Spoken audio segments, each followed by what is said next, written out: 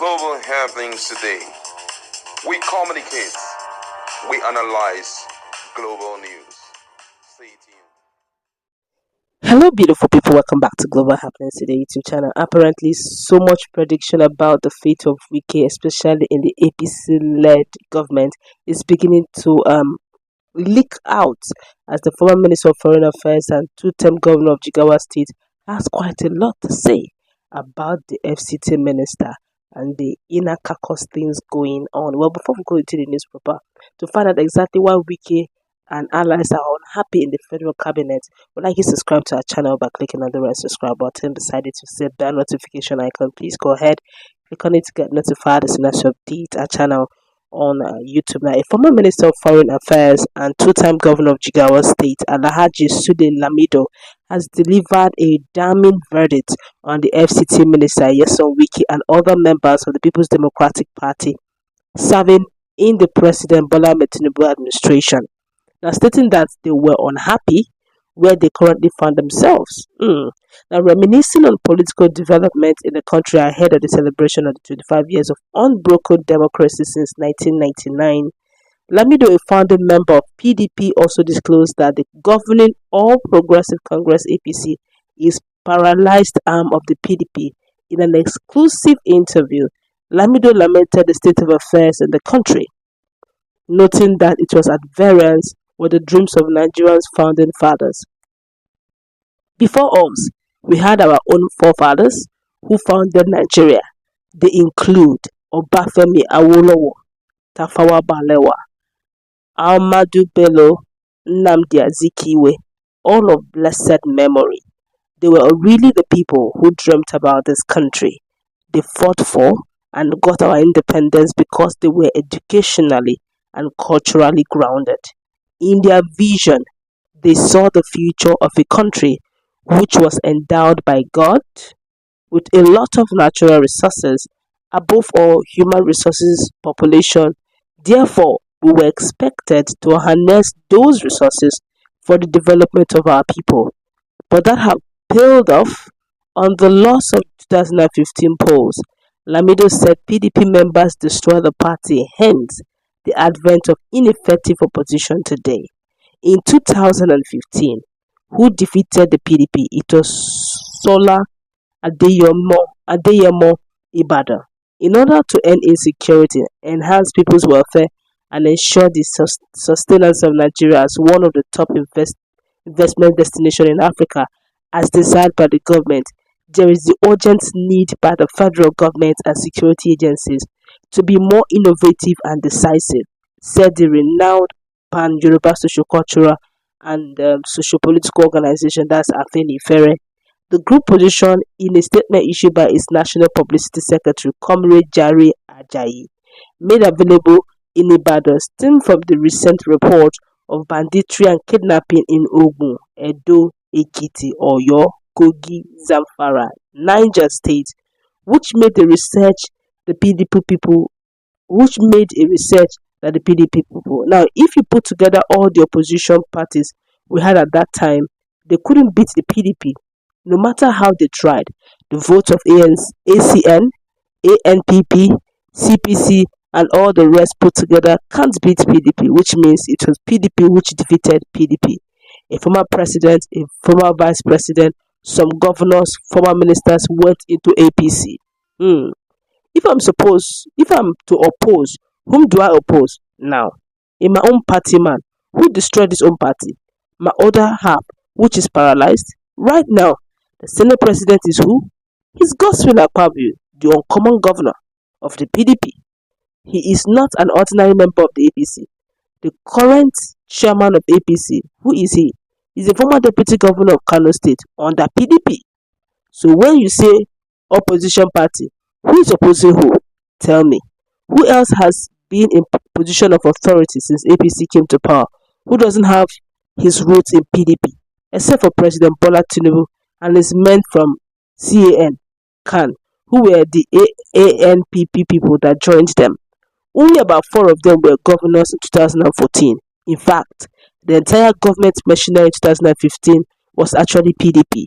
Yet, some left the party and joined APC. a small tiny party and breathed life into it. So when you say opposition, whom do I oppose? Goswe Akpabio or Abdullahi Ganduje? He blamed the poor development of the country on failure to follow the process and the constitution, adding that development often eludes any country that ignores its ground rules or constitution. So we must have abiding faith in our constitution, which serves as a guidance. By following its provisions and doing the right things, we can develop our country. It requires patience, commitment, sacrifice, and patriotism for us to build for the future. Therefore, instead of the constitution amendment, he said Nigerian leaders and the people must change their attitude first, be united, do the right thing, and maybe in the next 50 years, the next generation will build on what we have done. He said next 50 years. Okay, my colleague is in the house.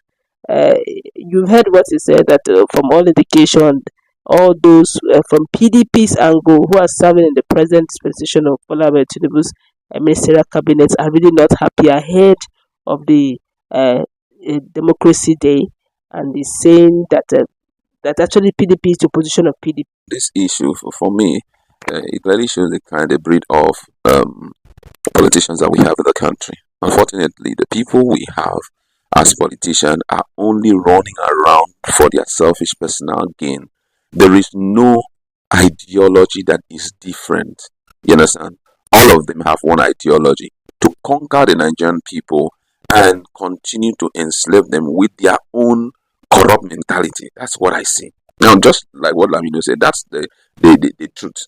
What we are seeing today is not some people who have been prepared to lead the country, blah, blah, blah, or they've never had a test of governance. So they're coming in with their own new ideology, like someone will start celebrating. It's just the same people that are being, rotated over and over. Today, some people have left PDP to APC now.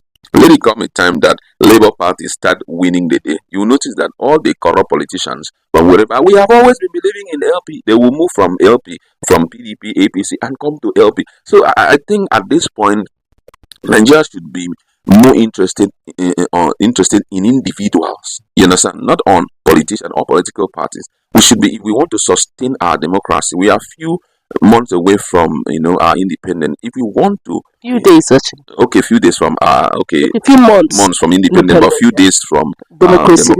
Now, if we want to have a kind of democracy that will transform this nation in the nearest future, we should look for people who are different, people who have a track record of being people-centered in their policy making, people who have left their mark in public institutions, businesses, people whom we have seen that their focus when they were in their other world their focus was actually the people. Those are the kind of people to recruit to lead, not people who are, for example, like what he said, Gospel Akpabio, common governor. All of them migrated. They just said, "Oh man, this thing is over for PDP." They migrated to APC. Let it be well with Labour Party. The same people will leave this thing APC back to Labour Party and start blowing the trumpet. So, and guess what? As they are leaving, it's not like it's just like being born again. As you are giving your life to Christ, it's just your spirit that has changed, but your mind is still very much intact. It is now your duty to change your mind. But guess what? Unfortunately for our politicians, they are not ready to change their mind. They are just going there to hide. They give them an opportunity. They plunder the wealth of this nation the way they like. So the progress, I would say, is just running round circle. We are not progressing. One last question. There's something he said that touched my heart. He said, if they can get it right now, hopefully in the next 50 years, the youth will take over with a successful Nigeria. Do you think Nigerian youth have the patience of 50 years? Well, Nigeria youth taking over now. What is most concerning, if you ask me, is this youth. Who are they learning from? That is the thing. Every youth now have seen Nigeria as a honey well, seen Nigeria as an oil center. Or a national cake. Every opportunity I have, it's my own time to eat and to plunge as much as I can. That is all. They don't have the mind of changing the narrative for the Nigerian people. Okay, for example, just look at Labour Party. Some time ago, they were when they started opening some canker worm in that place. It was shocking for us to see that even those so-called Labour Party members who were pretending to support Peter Obi, who says he was going to destroy the criminal structure of it, Some of the some of them were influencers, thieves. even some of the influencers too. You understand? Some of them were thieves. They couldn't even give account of the money that was under them. You understand? So what are we saying? The most important thing right now is for us to put a kind of system whereby truly the Senate will be a watchdog over the executive. The judiciary will do their work rightly, because that's the only way out. Outside of that, we will keep this cycle that we are running around. It's going to last for as long as, except some set of people decides, to go very wild and maybe dethrone these guys out, or maybe at the point we start, separating ourselves, we start cutting ourselves. That's everybody go your way and all that. Even when we are going our way, we still live with the virus. When the children of Israel left Egypt, were they living with a changed man? Thank God we are free. But when they went, the character, when it was that Moses still saw that this guy has some attachment with the gods of Egypt. You understand? So the thing is in our bloodstream until we have a government that is, oh my God, not ready to tolerate all of this. And I see it in the likes of Peter Obi. If he can successfully, he shouldn't just be campaigning for himself, successfully have some people who will be strategically positioned as senators or Senate members, so that if he has the opportunity of ruling this country, they will help him to correct the ills and continually break the criminal structure in the country. That's just my take on this. Alright, we could go on and on, but let's wrap it up here. What's your take on this? Do you honestly believe that Lamido is telling us the truth? Or do you believe there's a case of, well, he's not in the corridor of power, but he's literally saying PDP fighting against PDP? And do we have up to 50 years for a change in Nigeria? Let's interact in our conversation. Do have a nice time. God bless you. Please subscribe.